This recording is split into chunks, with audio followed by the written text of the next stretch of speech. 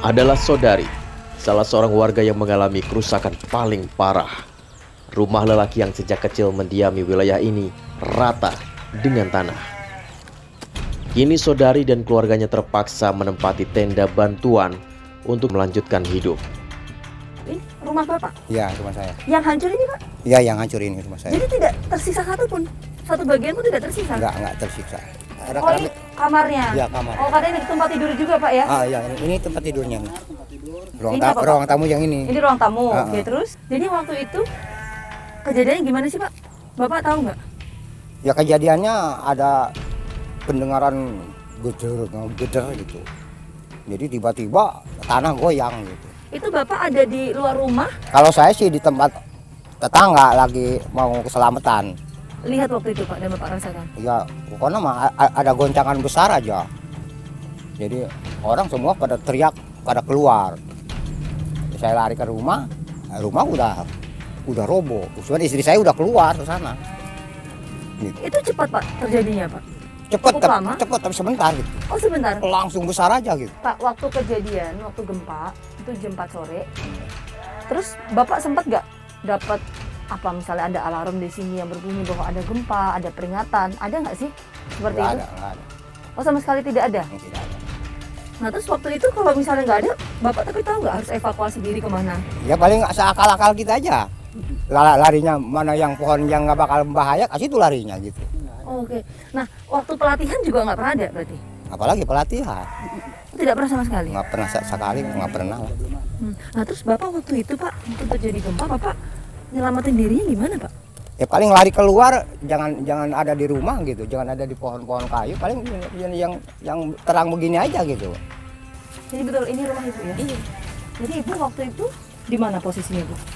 Saya teriak-teriak di sini, Di minta mana? tolong Di sini? Jadi Ibu di sini? di dapur.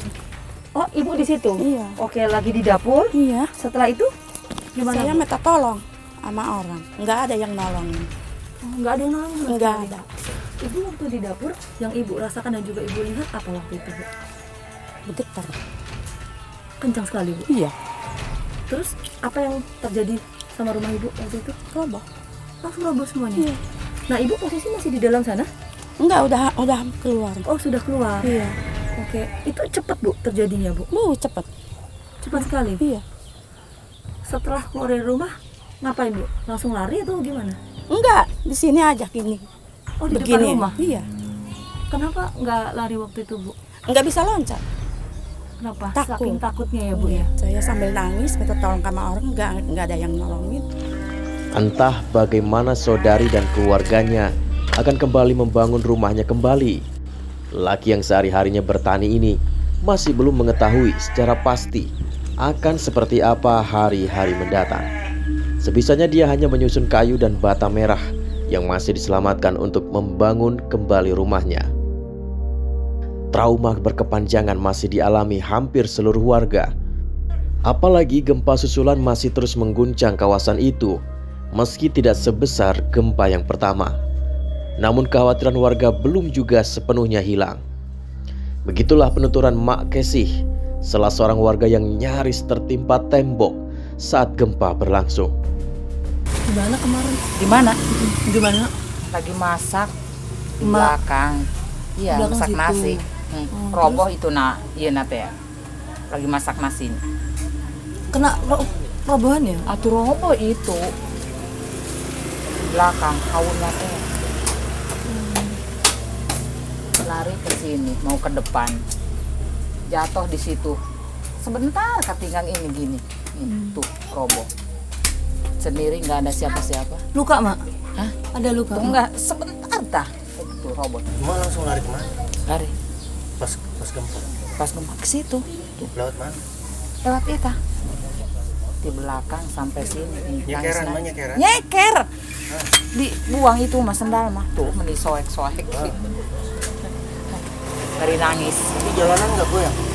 jalan itu tuh itunya tuh ini tanahnya gitu nah empuk gitu empuknya belah barulah kadieu barulah eta tanahna barulah sampai belah eta kalau enggak ada yang itu mah geledek enggak tuh dari situ ke sini belah ke situ, saya di situ tuh. Belah, Nangis belah. pecah gitu. Belah pecah gitu, digurat-gurat gitu, gurat-gurat kieu. Seki-seki tuh. Ironisnya ketika gempa terjadi, Mak Kesih tak tahu harus berbuat apa.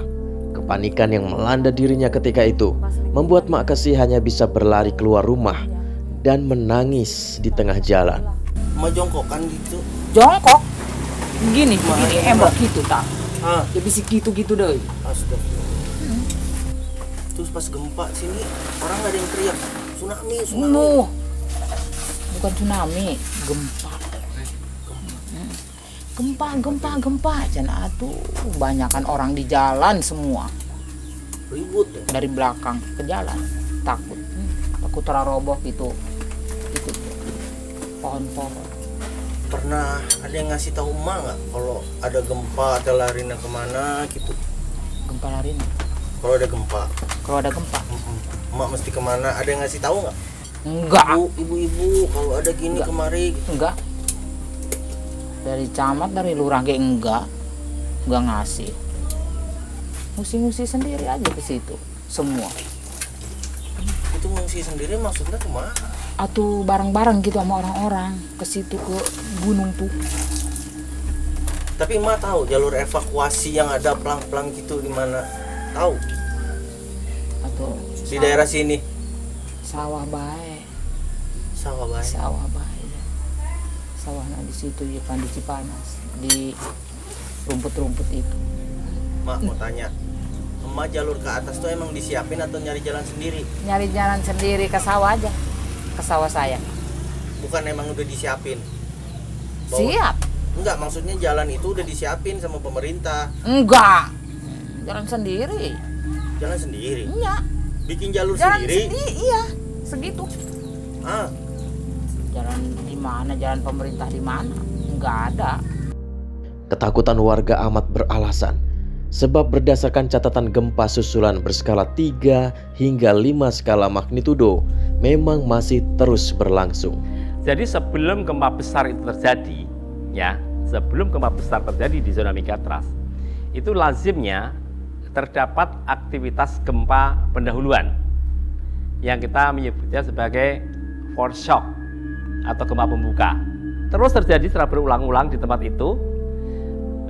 Terus pokoknya ya bisa 3,5, 4,5, 5,5, 5,0, 4,9, 4,5, 3,8. Jadi terus-terusan gitu.